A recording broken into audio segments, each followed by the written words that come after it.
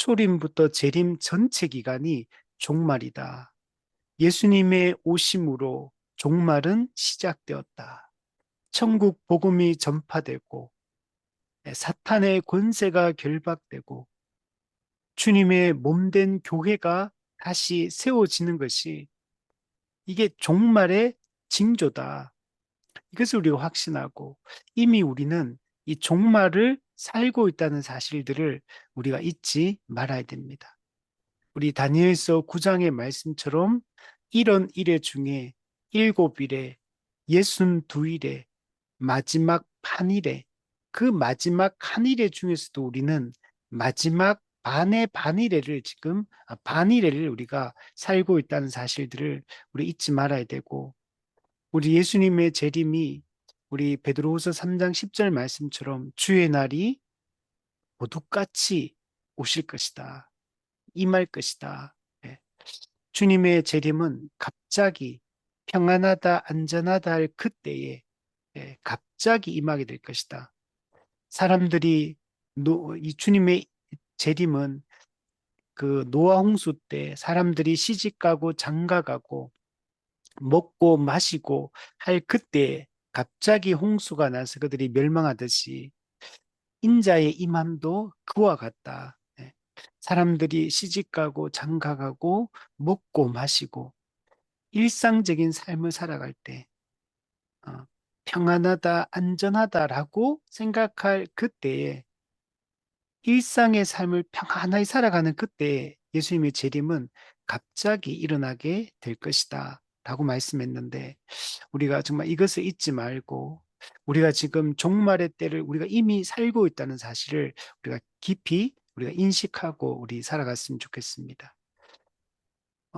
우리 종말의 징조, 그래서 그 종말 재림 직전에 어떤 징조, 재림의 징조가 있는 게 아니라 초림부터 재림까지 전체, 종말 기간 전체의 징조들이 성경에 기록되어 있다라고 이렇게 얘기했습니다. 그래서 하나님의 은혜를 보여주는 종말의 징조로서 복음이 땅끝까지 전파되기 시작했고 하나님께 대한 반역을 보여주는 그 징조가 박해와 배교 현상이 일어난다. 그 세 번째 하나의 심판을 보여주는 징조가 세상에 대한 심판, 자연에 대한 심판이 일어난다라고 했습니다. 오늘은 그 마지막으로 이 자연에 대한 이 심판에 대한 얘기들을 함께 살펴보려고 합니다. 그래서 하나님의 심판을 보여주는 두 징조, 세상에 대한 심판, 자연 질서에 대한 심판, 그 중에서 두 번째에 대한 얘기들을 오늘은 한번 살펴보려고 합니다. 예수님께서 십자가에 못 박히기 위하여 예루살렘으로 이제 입성을 하게 됩니다. 예수님의 마지막 일주일간의 이제 행적이 예루살렘에 입성하시면서 이제 시작이 되는데 예수님이 그때 감람산에 올라가서 이 종말 설교를 하게 됩니다. 마태복음 24장에도 나오고 또 누가복음에도 나오고 이렇게 하는데 누가복음 21장 25절에 보면 예수님께서 이런 말씀을 합니다.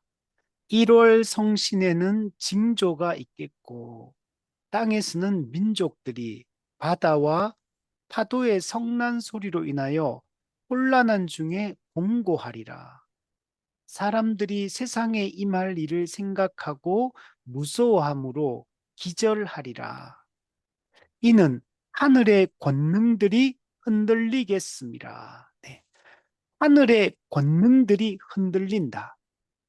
1월 성신의 징조가 있는데 하늘의 권능들이 흔들리기 때문에 이것 때문에 이게 뭐냐 세상에 임할 일이다 이렇게 말하고 있고 사람들은 이것 때문에 무서워서 기절하게 될 것이다 라고 이렇게 이야기를 하고 있습니다. 그래서 종말에 어떤 일이 일어나냐면 하늘의 권능이 흔들리는 일, 1월 성신의 징조, 바다가 성남 파도처럼 이렇게 울부짖는 때가 온다. 이게 세상에 일어나게 될 것이다. 이게 종말의 징조로서 이 자연 질서에 어떤 문제가 발생하게 될 것을 이야기를 하고 있습니다. 얼마나 무서우면 기절할 것이다 라고 이렇게 이야기를 합니다. 여러분, 우리가 무서워서 기절하는 거, 여러분, 우리가 영화 같은 데 보면 이렇게 나오잖아요. 여러분, 혹시 기절해 보신 적 있습니까? 예, 저도 기절한 적이 있거든요. 제가 언제 기절했냐면, 제가 신대원 다닐 때 학교가 그때 서울에 이제 신대원 3학년 때 이제 이게 사당동에 그때 3학년 캠퍼스가 있었는데, 대구에서 이제 동대구역에서 기차를 타고 서울역으로 이제 올라가는데, 대구에 제가 동대구역 부근에 차를 주차해 놓고 동대구역에 가서 예매한 기차를 타고 서울에 올라가야 되는데, 제가 동대구역에 와가 주차할 자리를 무료로 주차할 그 동네를 찾다가 이게 너무 오래 걸린 거예요. 그래가지고 기차 시간이 너무 늦어져 버린 이런 상황인데, 그래서 차를 어디 주차했냐면 파티마 병원 그쪽 동네 주변에다가 겨우 주차를 하고, 파티마 병원에서 동대구역까지 거리가 꽤 되거든요. 뭐 버스로 가면 아마 한 코스 정도 이상 될 거야 아마. 거기를 시간이 늦어가지고 제가 막 급하게 가방 메고 막 이렇게 뛰어가가지고 겨우 기차를 올라타자마자 기차 문이 닫히고 출발을 했어요. 그 제가 너무 숨이 차가지고 올라타자마자 기차 들어가면 입구에 가보면 화장실 있잖아요.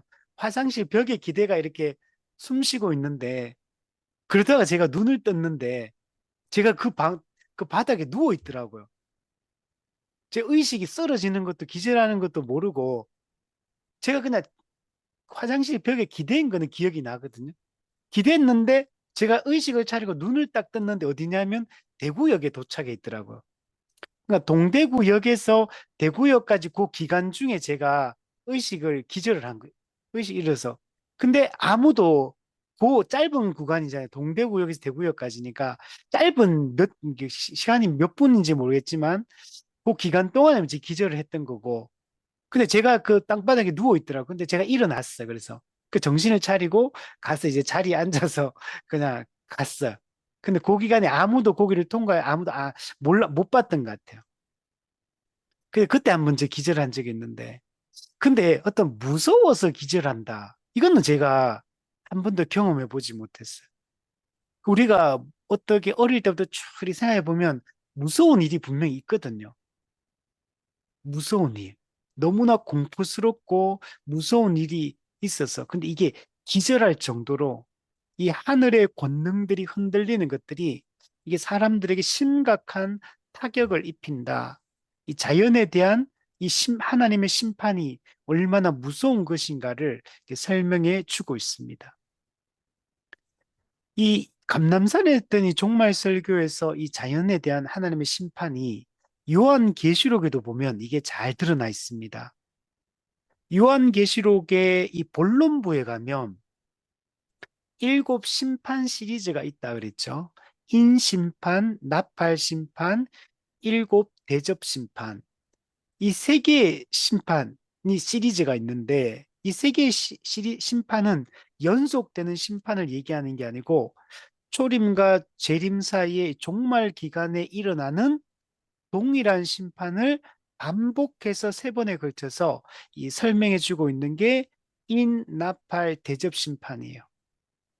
그래서 이 세 개의 심판 가운데 보면 우리 지난 시간에는 거기서 인나팔 심판 1에서 4까지를 통해서 종말의 징조 중에 세상에 대한 심판, 이 사회 질서의 이 혼란과 파괴에 대한 심판을 우리가 살펴봤다면, 이 인나팔 대접 심판 안에서 인심판 중에서도 여섯 번째 심판, 그리고 나팔 심판 중에서 첫 번째부터 네 번째 심판, 대접 심판 중에서 1부터 네 번째 심판까지가 전부 이 자연계에 대한 이 심판, 자연계에 나타날 이 환란과 재난에 대한 이야기를 아주 포괄적이고 상세하게 설명해 주고 있는 것을 볼 수가 있습니다. 앞서 예수님의 이 감람산 종말 설교에서는 하늘의 권능이 흔들린다. 1월 성신의 징조가 있다.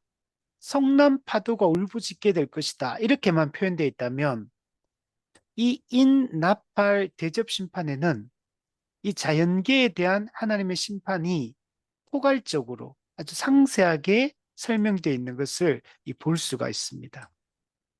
그래서 오늘은 이 내용들을 살펴보면서 이 종말의 징조 중에 이 하나님의 이 심판을 보여주는 그 종말의 징조, 예, 자연에 대한 심판을 한번 살펴보겠습니다.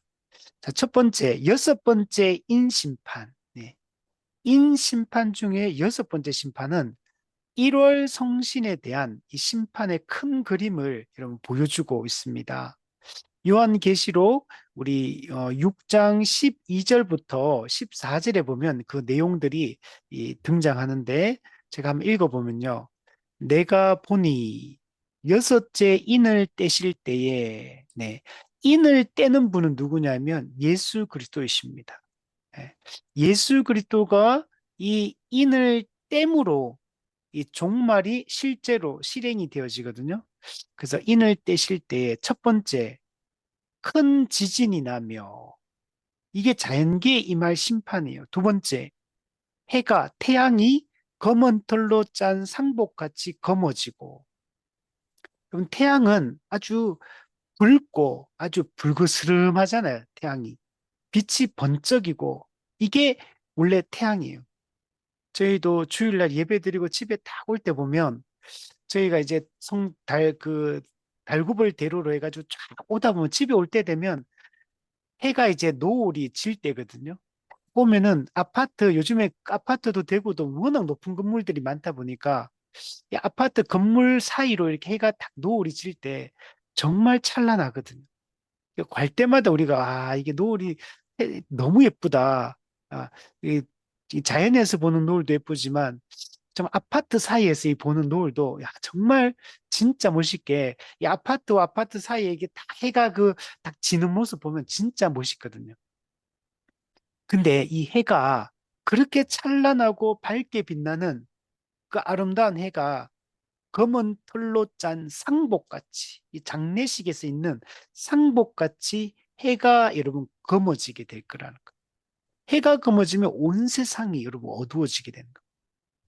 또한 달은 온통 피같이 되며 예, 달이 피에 물든 것처럼 이렇게 달이 변하게 될 것이다. 이렇게 하늘의 별들이 무화과 나무가 대풍에 흔들려 설익은 열매가 떨어지는 것 같이 땅에 떨어질 것이다.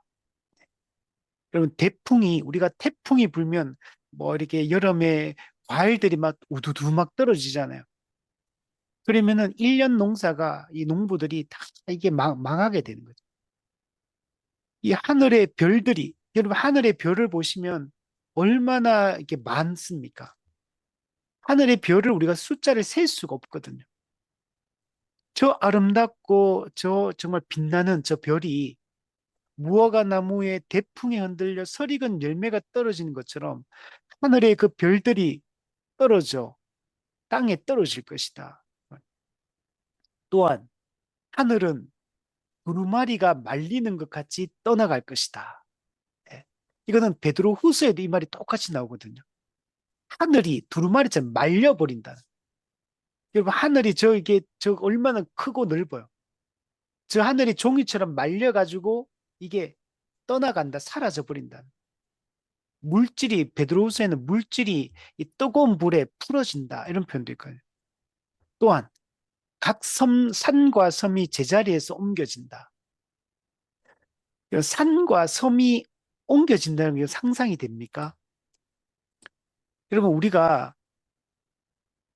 여러분, 군대 가면 이게 참호파거든요. 참호. 그 참호파는데도 그 분대원들이 막 몇 명이 달라붙어도 그 전쟁할 때 하는 참호 그거 한 개 파는 것도 시간이 얼마나 오래 걸리지만 땅이 진짜 땅 파고 흙 파보면요. 시간이 안 오래 걸리거든요. 땅이 생각보다 빨리 파기 힘들어요. 몇 명이 달라붙어도 뭐 오전 내들 하루 종일 붙어도 막 겨우 땅 하나 이제 참호 하나 파고 뭐 이 정도거든요. 근데 여러분 산이 제자리에서 옮겨지고 이건 바닷가에 저 섬이 제자리에서 옮겨진다는 생각이에요. 저는 바다 볼 때만 신기한 게 그 섬이 그게 작잖아요. 근데 그 섬이 그 태풍이 치고 막 바람이 불고 그래도 그 작은 섬 하나도 없어지질 않아요. 그 섬이 그대로 그 막 수십 년, 수백 년, 수천 년을 거기 그냥 거기 우뚝 서 있잖아요. 그 섬 하나도 없어지지 않잖아요. 각 산이 섬이 제자리에서 여러분 옮겨진다. 이게 여러분 상상도 안 되는 거예요. 근데 이런 일이 자연계에 여러분 일어날 거라고 말씀하고 있습니다. 예수님의 감남산 설교에 천재지변에 대한 설명들이 나오는데 마태복음 24장 29절을 보면 그날 환란 후에 즉시 해가 어두워지며 달이 빛을 내지 아니하며 별들이 하늘에서 떨어지며 하늘의 권능들이 흔들리더라. 예, 자연에 대한 하나님의 이 심판이 일어난다라고 말합니다. 그리고 여섯 번째 이 인심판에 대한 사람들의 반응을 소개해 주고 있습니다. 요한계시록 6장 15절에서 17절에 보면 땅의 임금들과 왕족들과 장군들과 부자들과 강한 자들과 모든 종과 자유인이 물과 산들의 바위 틈에 숨어 산들과 바위에게 말하되 우리 위에 떨어져 보좌에 앉으신 이의 얼굴에서와 그 어린 양의 진노에서 우리를 가리라. 그들의 진노의 큰 날이 이르렀으니 누가 능히 서리요 하더라. 예. 사람들이 굴과 산들의 바위 틈에 숨어요. 그리고 산들과 바위에게 우리 위에 그냥 떨어지라. 우리 위에 떨어져서 보좌에 앉으신 하나님의 얼굴과 어린 양의 진노에서 우리를 가려달라고 이렇게 말하고 있어요. 그냥 산과 바위가 그냥 폭삭 주저앉아가지고 우리를 하나님과 어린 양의 진노에서 보이지 않게끔 가려달라고 하나님의 그 진노의 큰 날 앞에서 누가 능히 그 앞에 설 수 있겠느냐. 이렇게 이야기를 하고 있습니다. 여러분, 근데 여기는 땅의 임금들, 왕족들, 장군들, 부자들, 강한 자들, 이들은 누굽니까? 이 세상에서 떵떵거리던 자들이요. 힘있고 권세 있는 자들, 부한 자들, 어, 자기 힘으로 자기의 삶을 지킬 수 있다고 말하는 자들. 근데 그들도 하나님의 이 심판과 진노 앞에서는 그들이 할 수 있는 것들은 아무것도 없어요. 그들이 가진 돈도 아무런 소용이 없고, 그들이 가진 권세도, 그들이 가진 능력도, 그들이 가진 지식도 하나님의 진노와 심판 앞에서는 여러분 아무 무용지물이 되는 겁니다. 뿐만 아니라 그들뿐만 아니라 모든 종과 모든 자유인들, 모든 하나님을 대적하고 믿지 않던 모든 자들에게 이런 심판이 임하게 될 것이다 라고 말하고 있어요. 사람들은 이 자연계에 임하는 하나님의 이 심판, 여러분 자연계에 임하는 이 질서의 파괴는 하나님을 대적하는 이 땅에 대한, 이 세상에 대한, 이 인간들에 대한 하나님의 심판이거든요. 하나님은 미래에 재림하셔서 최후 심판만 하시는 분이 아니에요. 하나님은 지금 여기서 현재적 심판을 하시는 분입니다. 우리 요한복음에서 예수님께서도 말씀하세요. 여러분, 지금은 하나님의 심판이 임하지 않는 게 아닙니다. 여러분, 자연계에 임하는 이 모든 심판들도 이런 이 모든 이 어려움들도 환란들도 하나님의 심판이라고 성경은 이야기를 하고 있습니다. 사람들은 무섭고 공포스러운 일을 만나면 안전한 곳으로 도망치고 대피하게 되죠. 그게 여기 보면 가장 그 안전하다 보니 굴과 산들의 바위 틈이라는 거. 공포로 가득 차서 하나님의 진노 앞에, 하나님의 심판 앞에 공포에 그냥 파묻혀서 자기 위에 떨어지라고 외치는 겁니다. 뿐만 아니고 첫 번째 나팔 심판과 첫 번째 대접 심판도 이 땅에 대한 심판을 보여줍니다. 요한계시록 8장 7절에 보면 첫 번째 천사가 나팔을 부니 피 섞인 우박과 불이 나와서 땅에 쏟아지매, 피가 섞인 우박, 우박 있잖아요. 우박. 요즘에도 우리 보면 우박이 막 진짜 주먹만한 우박들이 막 떨어지는 경우들이 요즘에는 자주 일어나는 걸 뉴스에서 볼 수 있습니다. 근데 이 우박에 피가 섞여 있어요. 이 피는 심판을 상징하거든요. 죽음을 상징하는.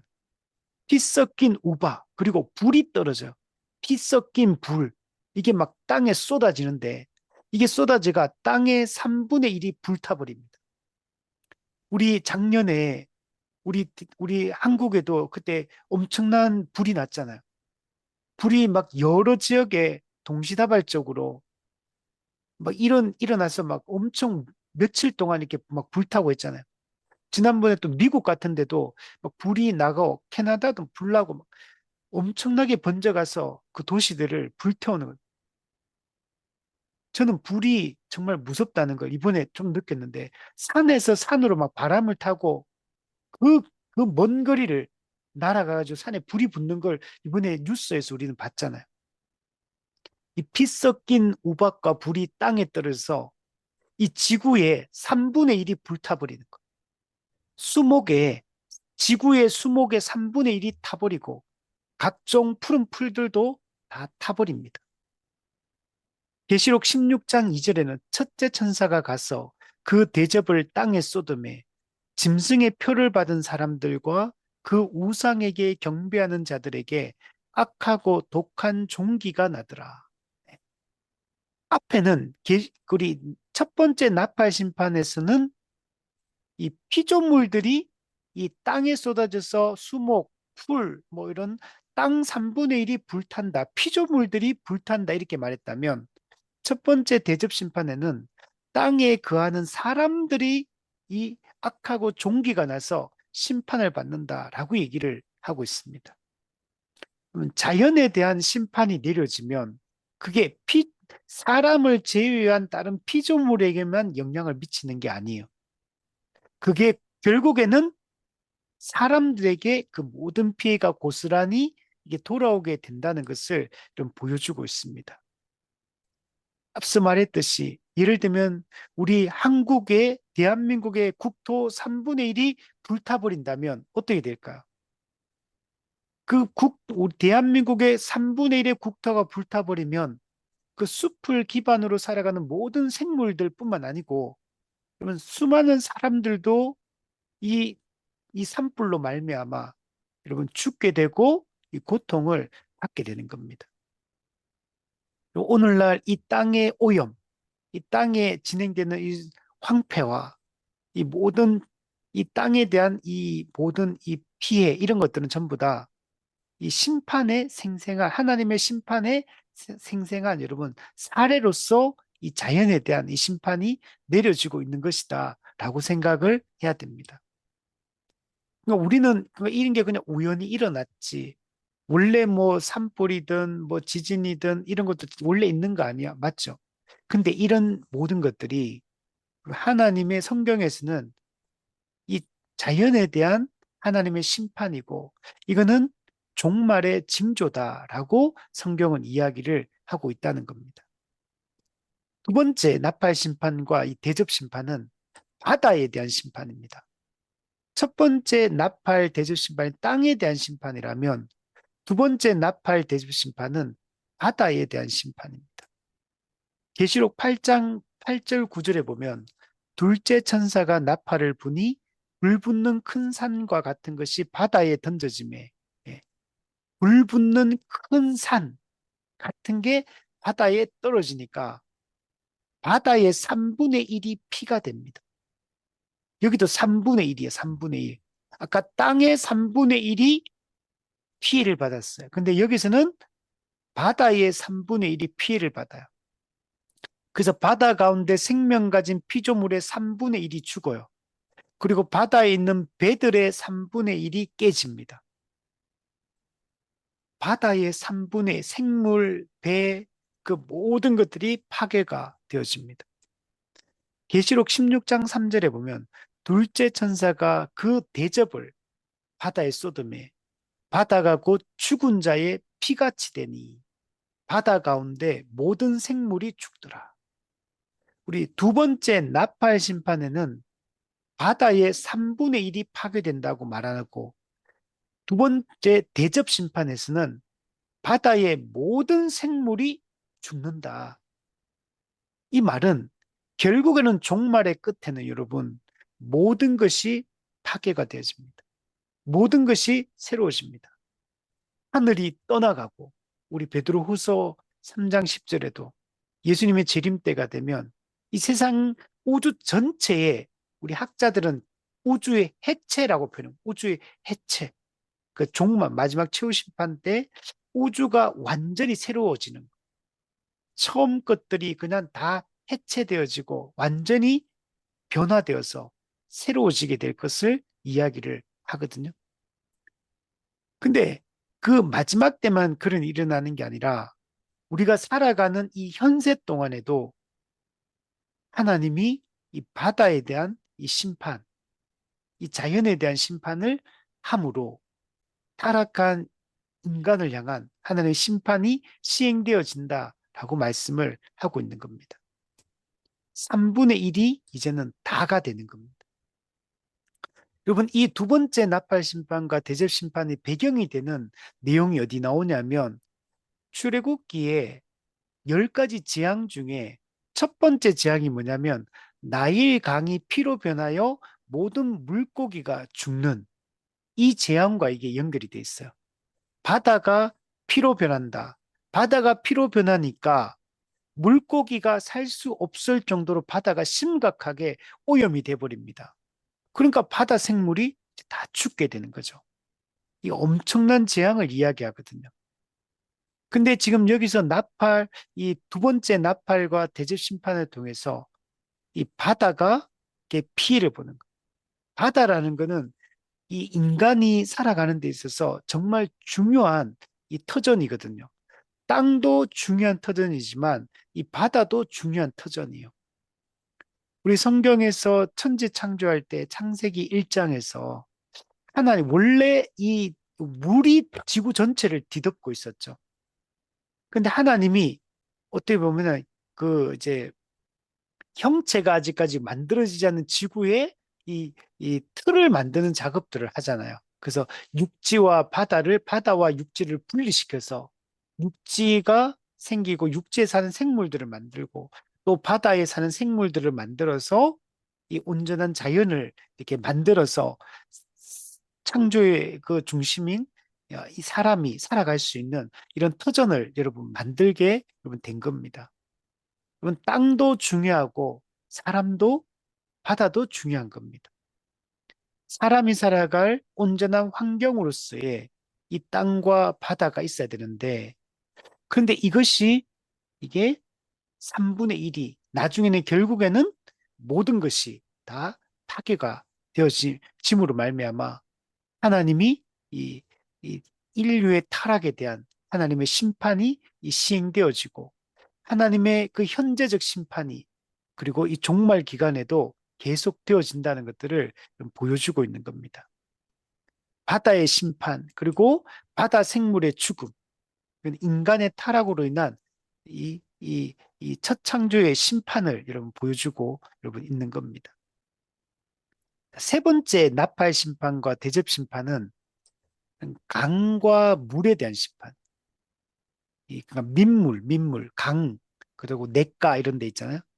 육지에 있는 물에 대한 심판이 이루어집니다. 계시록 8장 10절 11절에 보면 셋째 천사가 나팔을 부니 횃불같이 타는 큰 별이 하늘에서 떨어져 강들의 3분의 1과 여러 물샘에 떨어지니 이 별 이름은 쓴쑥이라. 물의 3분의 1이 쓴쑥이 되매 그 물이 쓴물이 되므로 많은 사람이 죽더라. 네. 횃불같이 타는 큰 별, 하늘에서 떨어져서 강들, 물샘에 떨어지는 게 돼요. 그러니까 그 물이 다 쓴 쑥, 그 별 이름이 쓴 쑥이기 때문에 쑥이 물에 들어가니까 물이 다 쓰게 되고 사람들이 물을 마실 수가 없게 되고 그래서 많은 사람이 죽게 여러분 되는 겁니다. 3분의 1이 죽게 되는. 계시록 16장 4절에는 셋째 천사가 그 대접을 강과 물 근원의 소돔에 피가 되더라. 그럼 모든 물이 피가 돼 버립니다. 그리고 우리 그 출애굽기에도 이게 나오잖아요. 그죠? 피, 피재앙. 예. 물이 피가 돼 버리면 마실 수가 없게 되니까 사람들이 죽게 여러분 되는 거죠.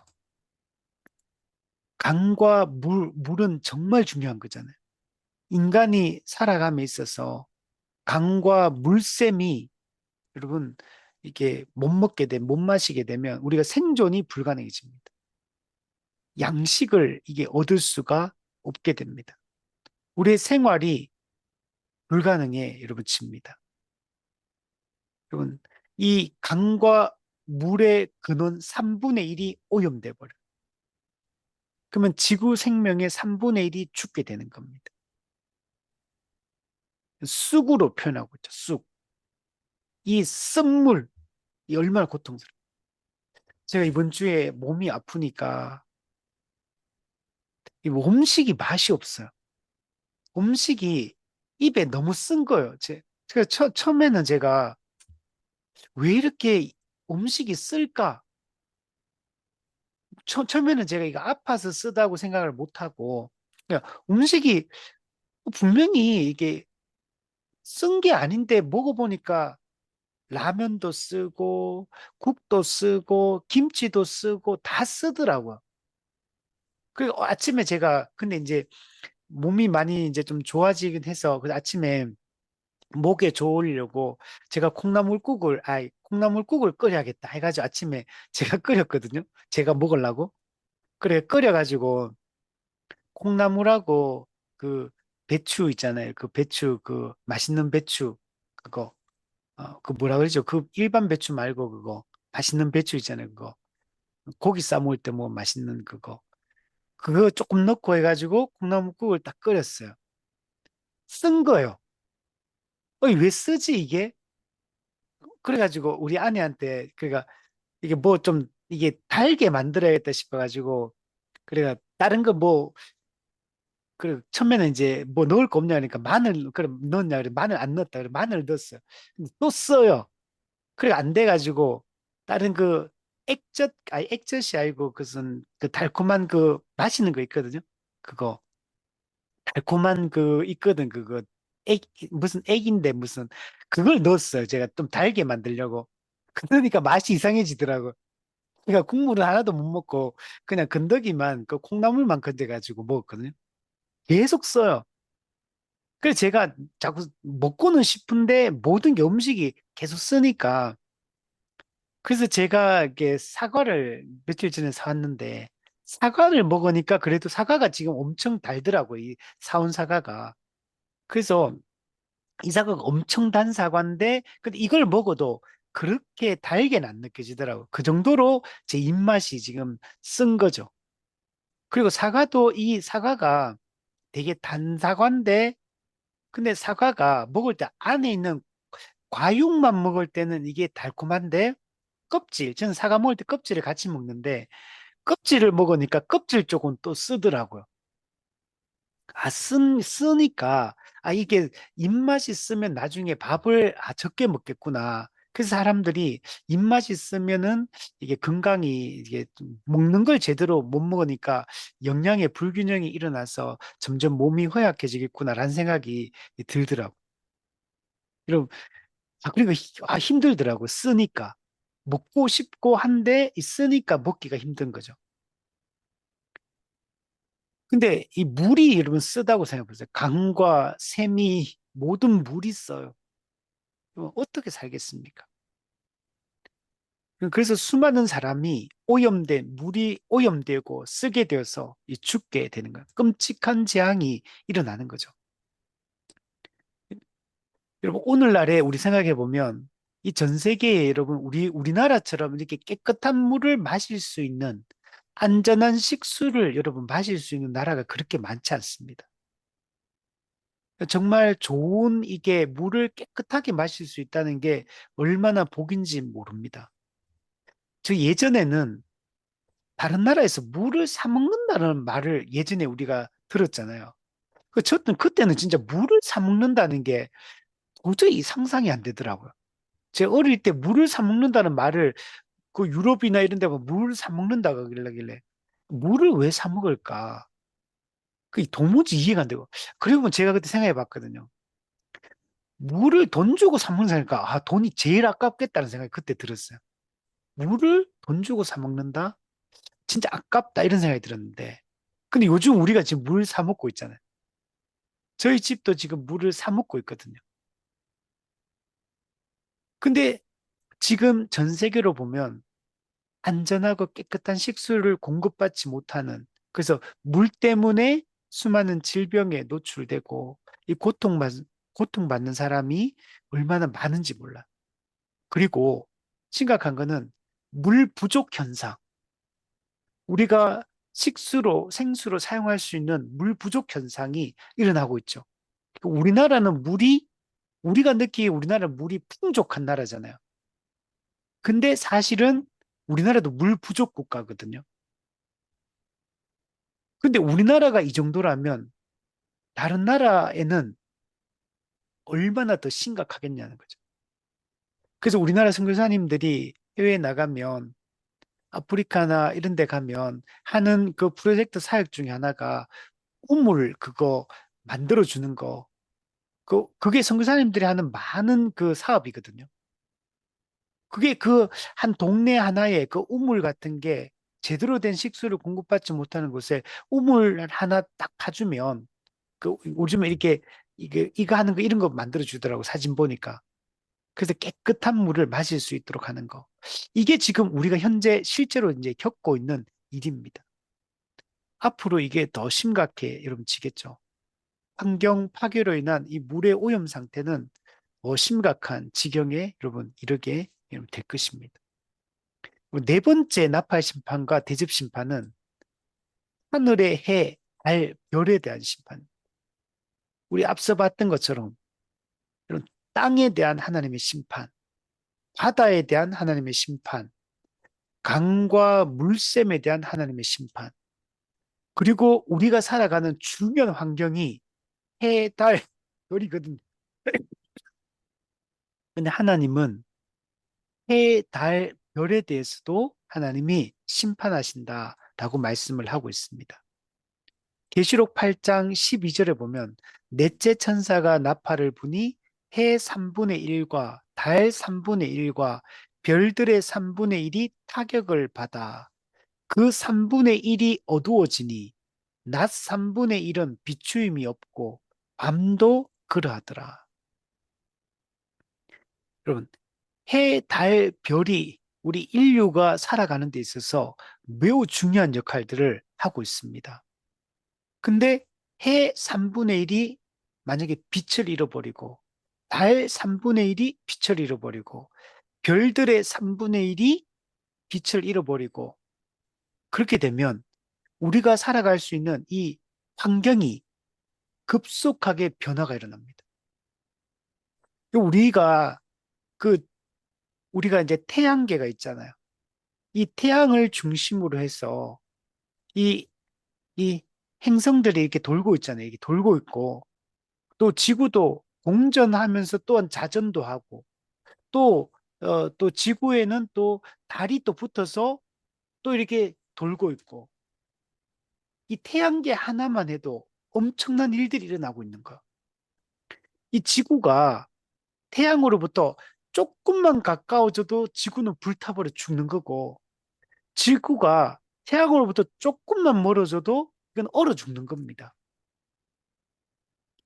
조금의 변화만 일어나도 달과 또 지구 사이의 이 중력도 조금만 변화가 일어나도 큰 문제가 발생해요. 그 지난번에 영화 중에도 있거든요. 달이 떨어지는 거. 달이 문폴, 달이 떨어지는 그 영화 있었거든요. 조금만 뭔가 문제가 생겨도 우리가 사람이 살아갈 수 있는 이 자연의 심각한 문제가 발생하잖아요. 근데 여러분, 해 3분의 1, 달 3분의 1, 별들의 3분의 1이 문제가 생긴다면 우리는 심각한 문제가 발생하는 거죠. 또 계시록 16장 8절 9절에 보면 넷째 천사가 그 대접을 해에 소돔에, 예, 대접 심판은 특별히 해에다가 집중적으로 이 심판이 이루어집니다. 해가 권세를 받아 불로 사람들을 태우니 사람들이 크게 태움에 태워진지라. 이 재앙들을 행하는 권세를 가지신 하나님의 이름을 비방하며 또 회개하지 아니하고 주께 영광을 돌리지 아니하더라. 네. 하나님께서는 하나님을 대적하고 하나님을 비방하고 회개하지 않는 자들, 주께 영광을 돌리지 않는 자들을 해의 권세로 해의 권세로 그들을 불태워서 죽여버린다라고 이렇게 말씀을 하고 있습니다. 이 네 번째 나팔 심판과 네 번째 대접 심판은 이 하늘의 영역이 이 심판을 받게 되고 그리고 해, 달, 별의 3분의 1이 빛을 이름으로 말미암아 사람들에게 어떤 이 고통이 뒤따르게 되는가를 이야기를 해주고 있습니다. 이것은 열 애굽에 출애굽하기 전에 열 가지 애굽에 내렸던 열 가지 재앙 중에 아홉 번째 재앙, 흑암 재앙을 이 모티브로 하고 있습니다. 예, 하늘을 향하여 내 손을 내밀어 애굽 땅 위에 흑암이 있게 하라. 곧 더듬을 만한 흑암이라. 모세가 하늘을 향하여 손을 내밀매 캄캄한 흑암이 3일 동안 애굽 온 땅에 있어서 그동안은 사람들이 서로 볼 수 없으며 자기 처소에서 일어나는 자가 없으되 온 이스라엘 자손들이 거주하는 곳에는 빛이 있었더라. 예, 애굽에 임한 이 흑암, 더듬을 만한 흑암, 즉 좀 어둡다. 우리 깜깜해도 우리 보면요, 조금 이렇게 깜깜한 곳에 딱 불 꺼도 조금 지나면 앞에가 보여요. 더듬을 만한 흑암이라는 걸 우리가 잘 경험하지 못해요. 칠흑같이 어둡다. 이런 걸 우리가 요즘 시대는 잘 경험하지 못합니다. 밤돼도 이 도시는 가보세요. 환합니다. 이러면 우리가 지금은 어둡다 그래도 어디 가도 이게 더듬을 만한 흑암이라는 게 없어. 그래도 앞에 보면은 아무리 깜깜한 날도 이 보면 어느 정도는 다 보이거든요. 여러분, 이 해, 달, 별의 3분의 1이 이 빛을 잃어버릴 때 얼마나 심각한 우리 일상에 타격이 있는지 어째 일어날 수가 없어요. 우리가 아무것도 안 보이는 상태가 되기 때문에 움직일 수도 없고 아무 일도 할 수 없는 집 안에 있으면 우리가 뭐 어디 화장실 어디 있다 알 수 있겠죠. 근데 그게 한 달이 되고 두 달이 되고 1년이 되면 어떻게 되겠어? 우리가 밖에 활동도 해야 되고 정말 우리가 먹을 것도 가지고 와야 되고 하는데 생활이 불가능하죠. 해, 달, 별, 하늘에 있는 천체들에 대한 이 심판, 그는 우리 모든 이 생명체에게 치명적인 영향을 줄 수밖에 없는 겁니다. 그래서 그 고통은 가히 상상할 수 없는 이런 고통이 임한다라고 얘기를 하고 있습니다. 자, 이와 같이 이 첫 번째부터 네 번째 이 나팔 심판과 대접 심판은 이 출애굽기의 이 열 가지 재앙을 이 배경으로 하고 있고 이거는 뭘 보여주냐면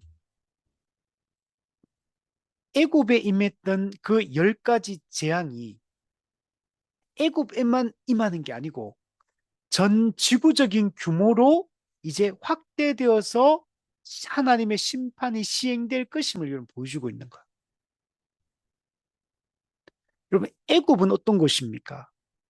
하나님의 언약 백성을 그들을 다투려고 했던 자들이에요. 그 애굽은 사탄의 이 악의 세력을 대표하고 있는 거예요. 그들은 하나님의 언약 백성을 억압하고 그들을 학대하고 그들로 하여금 하나님을 예배하고 제사 지내지 못하게 하는 그런 자들이었어요. 하나님이 그들을 그 애굽의 노예 상태에서 그들을 건져내어서 약속의 땅, 가나안 땅, 젖과 꿀이 흐르는 땅으로 인도하려고 하는 거예요. 여러분, 애굽은 죄의 노예 상태를 상징하고 있고 그들을 억압하는 바로의 악한 세력은 하나님의 백성을 억압하는 이 사탄의 이 영적 악한 세력을 상징하고 있는 거예요. 그런데 하나님은 이들로부터 이 노예 상태에서 건져내어서 어떻게? 6월절 어린 양의 피로 그들을 제압하고, 그래서 예수님께서 6월절 어린 양의 그 죽음과 부활을 통해 사탄의 세력을 결박하고 무력화시켜서 그들을 건져내어서 그들을 가나안 땅, 약속의 땅, 그거는 하나님 나라를 상징하죠. 그 땅으로 인도하고 있는 것.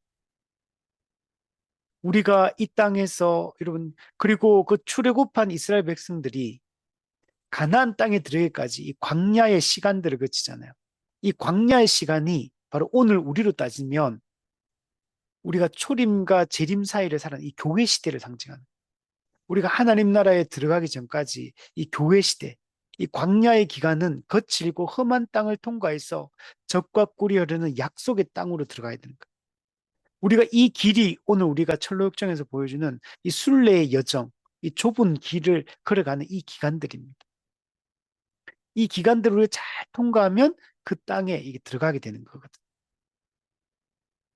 여러분, 애굽에 임한 10가지 재앙은 악에 대한 하나님의 심판을 보여주거든요. 근데 지금 여기 나오는 이 인대접 나팔 심판은 이 악에 대한 하나님의 심판, 하나님을 대적하는 이 세상과 불신자들에 대한 하나님의 심판, 현재적 심판을 보여주는 게 뭐냐면 인나팔 대접, 이 7심판 시리즈예요. 특히 그 중에 오늘 우리가 살펴보았던 내용들은 이 자연에 대한 심판, 이 타락한 이 사람에 대한 심판이, 이 자연에 대한 심판을 통해서 하나님을 대적하는 이 악한 인간들에 대한 하나님의 심판이 시행되고 있는 것을 볼 수가 있는 겁니다. 이 애굽에 임한 10가지 재앙이 전 지구적으로 확장되어서 이 하나님의 심판이 시행되고 있는 것을 볼 수가 있고, 그것이 여러 가지 방식으로 나타나는데 이 자연재해, 환경 파괴, 생태계 파괴, 이것이 전 지구적인 규모로 확대되어서 사람들을 고통스럽게 하고 있다는 겁니다. 인간이 죄를 범한 이후에 인간의 죄에 대한 하나님의 심판의 일종으로 이 수많은 자연재해가 우리 삶에 미치고 있다는 겁니다. 그래서 우리는 지금 이 땅에 일어나는, 끊임없이 우리 가운데 일어나는 이런 홍수, 기근, 가뭄, 폭설, 태풍, 지진, 산사태, 화산 폭발, 쓰나미, 뭐 이런 수많은 자연재해들, 또 오존층의 파괴, 이런 것들, 그리고 전염병, 이 모든 것들이 이 하나님의 심판으로 이 땅에 임하고 있다는 것들을 우리가 기억을 해야 됩니다. 이런 것들이 인간이 타락하지 않았다면 없는 심판들이에요. 이게 불필요한 것들이거든. 하나님 나라에서는 이런 것들이 없거든. 이런 것들은 타락한 인류에 대한 하나님의 이 심판이다. 이것이 아주 협소하게 이렇게 일어나던 것들이 이젠 점점 갈수록 어떻게 되냐면 전 지구적인 규모로 확대되고 있다는 것들을 알 수 있어요. 과거에 어떤 일부 지역에서만 일어나는 이런 현상들이 이제는 모든 것들이 다 이제 자연 질서가 점점 무너지다 보니까 이게 환경이 바뀌다 보니까 옛날에는 이 지역에서 일어났던 어떤 현상들이 이제는 어느 지역에서 일어나는 현상으로 바뀌고 있어요. 우리 이런 거 요즘에 많이 보게 되잖아요. 이게 하나님의 심판이라는 것들을 우리가 이해를 해야 되고, 그- 이것들이 근데 우리 신자들도 여기서 벗어나 있지는 않아요. 그러나 우리가 생각해야 될 것은 이것이 신자를 향한 하나님의 심판은 아닙니다. 이 내용들은 전부 이 믿지 않는 자들을 향한 세상을 타락한 인류를 향한 이 심판이에요. 그러나 이미와 아직 사이에서는 우리도 그러면 여기 영향을 전혀 안 받냐면 전혀 안 받진 않아요. 우리도 이 가운데 있어. 우리 출애굽과 좀 다른 점이 있어. 출애굽기의 10가지 재앙 같은 경우는 하나님이 자기 백성과 애굽을 분리하기 위해서 딱 어떨 때는 보면 완전히 구별시켜 버려요. 그죠? 애굽 백성에게는 임하는 심판이 이스라엘을 명확하게 구분해 가지고 이게 아예 완전히 구별해서 그 영향을 받지 않게 하는 이런 형태로 나타났거든요. 근데 이 종말의 때 일어나는 이 하나님의 현재적 심판은 신자를 향한 심판은 아니라 하더라도 신자도 여기에서 벗어나 있는 건 아직 아니에요. 그래서 우리가 이 부분을 잊지 말아요. 근데 이제 이게 가면 갈수록 이 환경 파괴와 이 생태계의 이 문제들은 점점 더 심각해질 것이고, 타락한 인류의 이 죄성이 인간의 이 본성을 더 악하게 만들 뿐만 아니라 이 자연계에도 우리가 살아가는 환경에 대한 이 파괴로도 점점 더 여러분 나타나게 여러분 된다는 겁니다. 그러나 이게 여러분 대환란과 관련된 건 아닙니다, 여러분. 오해는 하면 안 돼요. 이게 점점 더 나빠지는 방향으로 가는 건 맞지만 이게 극단적으로 달라진다. 극단적인 형태로 나타난다. 이런 거는 아니니까 여러분 걱정하지 마시고, 그러나 이런 것들을 우리는 점점 갈수록 이 범위의 확장이 일어나고 있다는 것들을 보게 되고, 우리가 이런 것들을 볼 때마다 이게 하나님의 이 심판이다라는 것들을 우리가 기억하고, 이런 것들을 볼 때마다 우리 뭘 기억해야 되냐면 우리가 종말의 때를 살고 있다는 사실을 기억하는 게 여러분 중요합니다. 이런 거 볼 때마다 그냥 우연히 어떤 일어나는, 그래서 우리 뭐 어떤 날에는 대홍수가 나고 어떤 날에는 큰 지진이 나고 어떤 날에는 뭐 화산이 폭발해가 막 문제가 생기고, 그때마다 아, 저 나라 불쌍하다. 그냥 참 우리나라는 우리 조상들이 한반도의 땅을 터전을 잘 잡아가지고 우리는 이런 것도 별로 없고 우리는 참 다행이다. 이렇게 생각하지 말고 타락한 인류에 대한 하나님의 심판이 일어나고 있고, 이 세상이 영원히 사람들은 지속될 것처럼 생각하지만 우리 베드로후서 말씀처럼 주께서 강림하신다는 약속이 어디 있느냐? 우리 조상들이 잔때로부터 지금까지 그냥 있다. 예수님의 재림은 없다. 이렇게 생각하면 안 된다는 거. 우리가 우리는 지금 어떤 예수님이 재림할 것 같지 않은 이런 시대를 살고 있다고 생각하잖아요. 사람들은 예수님의 재림에 대한 아무런 두려움이 없이 살아가요.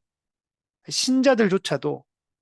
그러면 이 재림에 대한 소망과 또는 참된 믿음이 없는 자는, 참된 행함이 없는 자는 영원한 멸망에 처해진다는 이 사실, 영원한 이 불과 유황못에 던져진다는 이 사실을 심각하게 두려워해야 될 사람들이 많은데, 이 구원의 확신도 없이 참된 믿음에 대한 그 증거도 없는데도 불구하고, 그 분명한 신앙 고백도 이 거룩의 열매도 없는데도 불구하고 주님의 재림이 이, 이 종말이 아닌 것처럼, 재림이 일어나지 않을 것처럼 생각하며 가볍게 여기고 정말 깨어서 준비하는 삶을 살지 않는 이런 모습들을 우리는 많이 보게 된다는 거예요. 근데 분명히 성경은 이야기한다는 거. 주님의 약속이 더딘 것 같이 더딘 것이 아니다.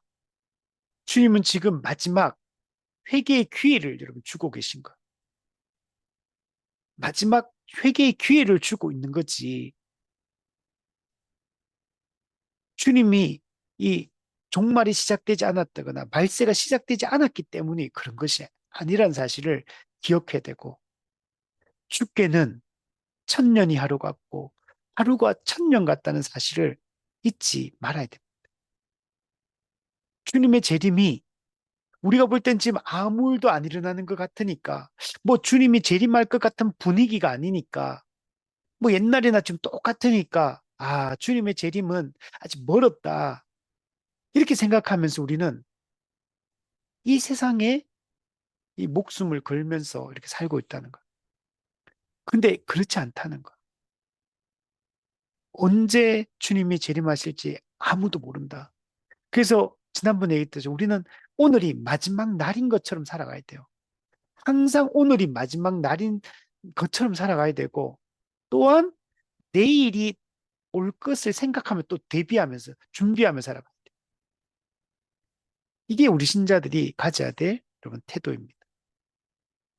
그래서 이런 환경 오염, 생태계 파괴, 이 전지구적인 자연 질서의 혼란, 이 질서의 무너짐, 이런 것들을 볼 때마다 아, 그냥 우연히 일어났다. 이렇게 생각하지 말고 이게 하나님의 심판을 보여주는 이 종말의 징조 중에 하나임을 여러분 기억을 해야 됩니다.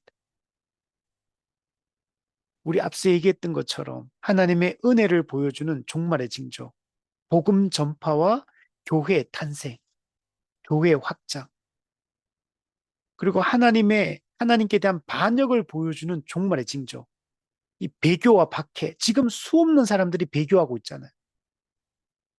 성도들이 믿음으로 인해 박해를 받고 있잖아요. 이게 지금 우리가 종말을 살고 있다는 징조라는 거. 이 세상과 자연에 대한 하나님의 이 심판들, 이게 일어나는 걸 우리 볼 때마다 오늘도 우리 이런 요즘에는 이런 바이러스 이런 것들도 점점 많아지잖아요. 이런 것들도 우리가 이런 것들 때문에 고통을 겪고 하는데 이걸 볼 때마다 이게 다 하나님의 심판이라는 사실을 잊지 말아야 돼. 그래서 이런 걸 우리 성도들로 하여금 이걸 볼 때마다 주님이 재림하실 것이고 심판하실 것이다. 그리고 영생, 영벌로 나뉘어진다는 사실을 잊지 말아야 돼요. 이 믿지 않는 사람들도 이것을 알면은 그들이 이렇게 살면 안 된다는 사실들을 알게 될 건데 모르기 때문에 살지 않는 거거든. 알려줄 수 있는 사람은 우리 교회밖에 없는 겁니다. 우리가 파수꾼으로 열심히 역할을 하지 않으면 사람들은 알 수가 없고 우리가 그 역할을 하지 않으면 나중에 주님께서는 에스겔 말씀처럼 파수꾼에게 그 책임을 물을 것이라고 말씀을 하고 있습니다. 그래서 우리가 종말을 살고 있다는 사실들을 우리가 기억하고 이걸 볼 때마다 내가 깨어서 살아가야 된다. 내가 정신을 차리고 세월을 아끼며 살아가야 된다라는 것들을 우리 잊지 말고 우리 살아갈 수 있으면 우리 좋겠습니다. 그래서 우리 성경은 예수님의 재림은 이제 반드시 재림하신다. 이걸 믿고 곧 재림하신다. 즉 임박했다라는 걸 우리가 종말이 시작됐단 말 자체가 임박했다라는 걸 말하기 때문에 그래서 우리가 잊지 말고 늘 깨어서 살아가는 우리가 되었으면 좋겠습니다. 우리 이 시간 같이 한번 합심해서 우리 같이 한번 기도하겠습니다. 정말 오늘 우리 현대 그리스도인들은 사실 너무 편한 시대를 살다 보니까 그냥 종말에 대해서, 재림에 대해서, 심판에 대해서, 그리고 이 감각을 잊어버리고 사는 것은 아닌가.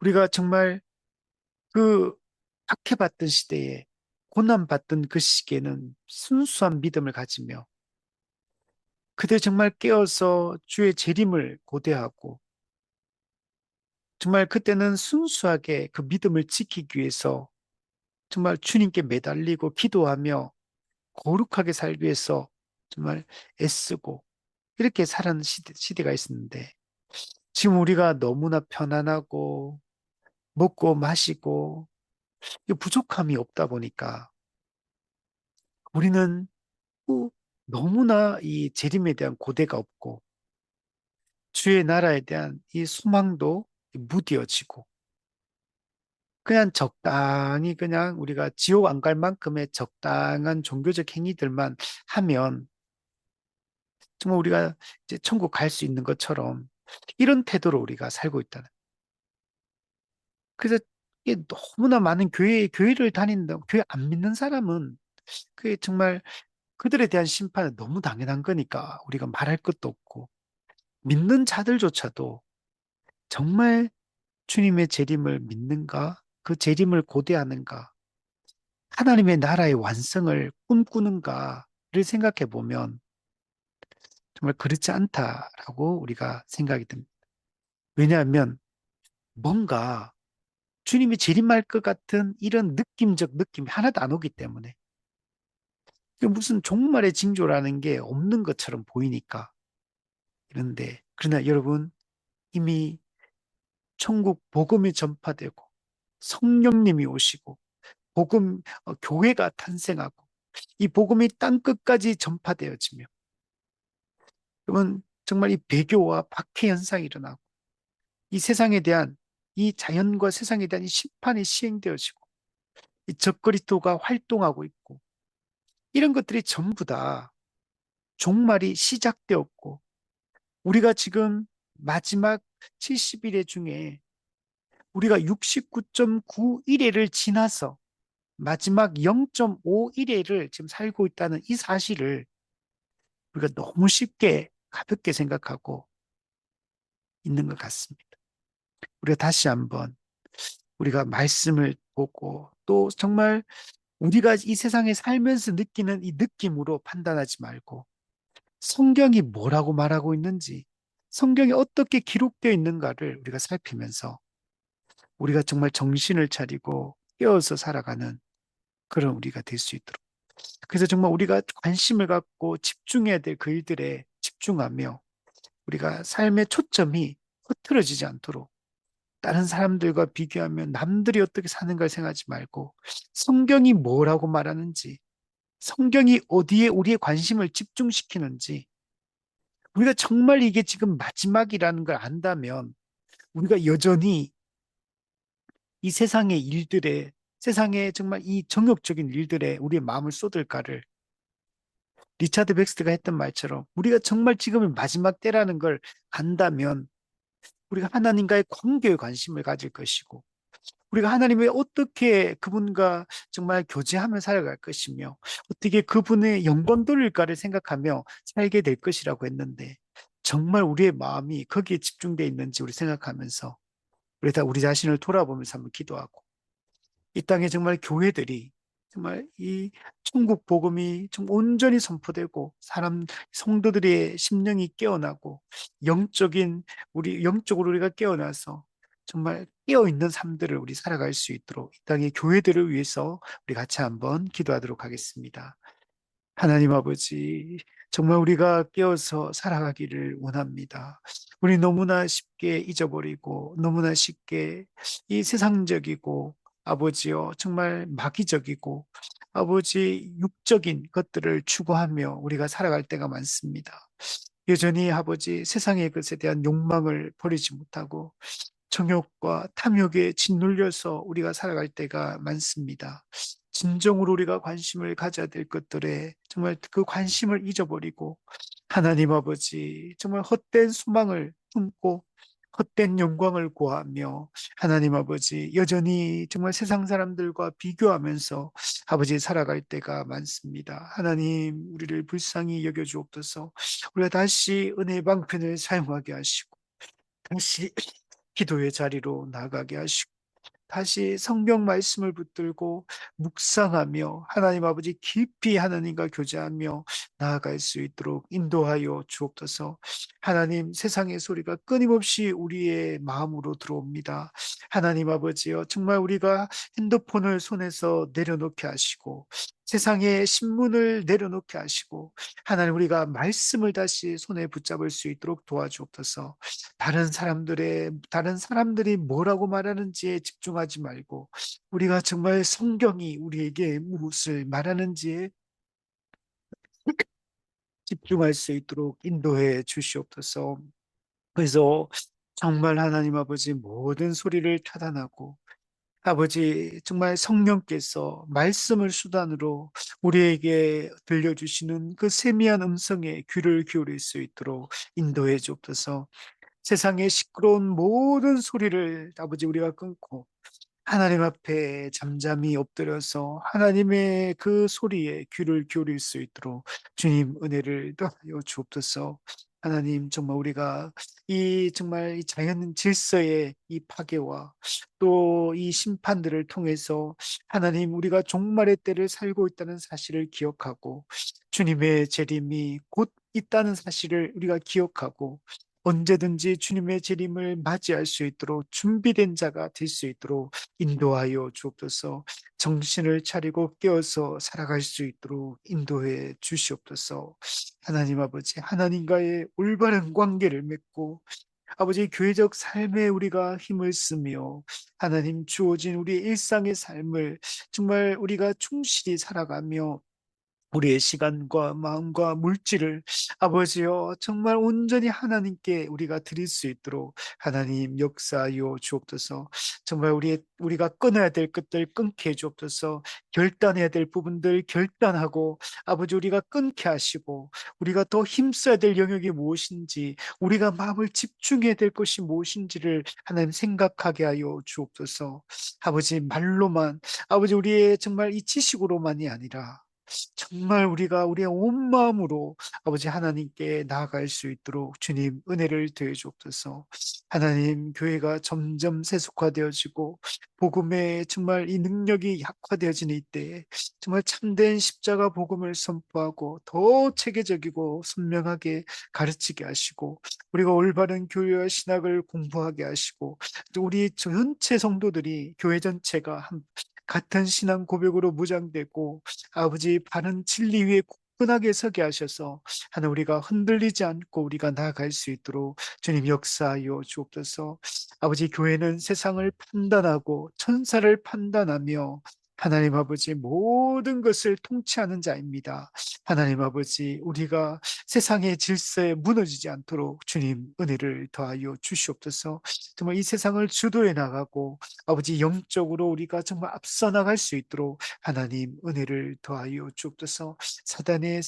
사단의 그 강교한 그 유혹에 빠지지 않게 하시고 아버지여 정말 아버지 우리의 정말 작은 우리의 연약한 그 경험과 그 알량한 지식에 우리가 의존하지 않게 하시고 정말 성령께 우리가 의존하고 정말 성경 말씀에 귀를 기울이며 살아갈 수 있는 우리가 되게 하여 주옵소서. 영적으로 냉랭한 마음들이 깨어나게 하시고 하나님 마음에 이 복음에 대한 열정이 불붙게 하시고 아버지 영적인 것을 사모하는 마음들을 주님 허락하여 주시옵소서. 정말 우리 가운데 하나님 정말 아버지 부흥의 역사를 주님 허락해 주시고 하나 우리의 마음에 다시 한번 마음에 아버지 정말 성령의 정말 강권적인 역사로 말미암아 하나님 아버지여 정말 부흥의 역사가 일어나고 회개의 역사가 일어날 수 있도록 하나님 역사하여 주옵소서. 사람들이 다시 복음 앞으로 말씀 앞으로 교회로 나오게 주님 인도해 주시고 아버지 우리의 삶이 개혁되고 변혁되는 역사들이 일어날 수 있도록 도와주옵소서. 신앙생활을 아버지 방해하는 수많은 요소들이 우리 가운데 많은데 이 현대 사회의 이런 모든 도시화되고 또 아버지 정말 이 문화들이 하나님 점점 더 영적인 것으로부터 멀어지게 만들고 있습니다. 하나님 아버지요 정말 이런 것들 우리가 잘 분별하고 우리가 정말 어디까지 정말 활용하고 어디까지 우리가 정말 절제해야 되는지 지혜롭게 생각할 수 있도록 인도해 주옵소서. 우리의 힘으로 안 됩니다. 우리의 의지로 안 되오니 성령께서 우리 각 사람의 마음을 만져주시고 그 붙들어 주시고 우리의 마음을 절제하게 하시고 우리의 통제할 수 있도록 하나님 아버지 역사하여 주옵소서. 오늘도 우리 가운데 함께 하심을 감사드립니다. 하나님 아버지 정말 은혜가 아니면 정말 우리는 안 됩니다. 하나님 우리의 의지와 노력으로 우리의 열심으로는 하나님 아버지 정말 안 됨을 고백합니다. 하나님 정말 우리가 은혜 받고 하나님의 정말 인도하신 가운데 우리가 온전히 붙들리지 않으면 말씀에 우리가 사로잡히지 않으면 아버지 정말 우리의 마음을 지킬 수 없고 없고 또 우리의 삶을 지킬 수 없으며 또 우리 교회를 세울 수 없습니다. 하나님 정말 우리가 정말 말씀을 붙들린 삶을 살기 원합니다. 성령의 인도하심에 민감하게 하시고 성령께서 우리를 새롭게 해 주옵소서. 우리에게 새로운 꿈을 꾸게 해 주옵소서. 우리에게 새로운 환상을 보게 하시고 하나님 우리가 정말 영적인 것에 정말 관심을 가질 수 있도록 도와주옵소서. 하나님 정말 우리 가운데 부흥의 역사를 주님 허락해 주시옵소서. 각 교회마다 하나님 말씀의 부흥이 일어나게 해 주옵소서. 아버지 정말 엎드려서 같이 뜨겁게 기도할 수 있게 주옵소서. 기도가 점점 식어지는 이때 하나님 정말 기도의 무릎으로 엎드릴 수 있도록 주님 인도해 주옵소서. 다시 정말 한국교회 정말 아버지 기도에 불이 붙을 수 있도록 은혜를 더하여 주옵소서. 진리로 무장해서 어떠한 거짓된 가르침에도 속지 않고 우리가 이 길을 걸어갈 수 있도록 인도하여 주시옵소서. 오늘도 함께 하심을 감사드리며 예수님의 이름으로 기도드리옵나이다. 아멘.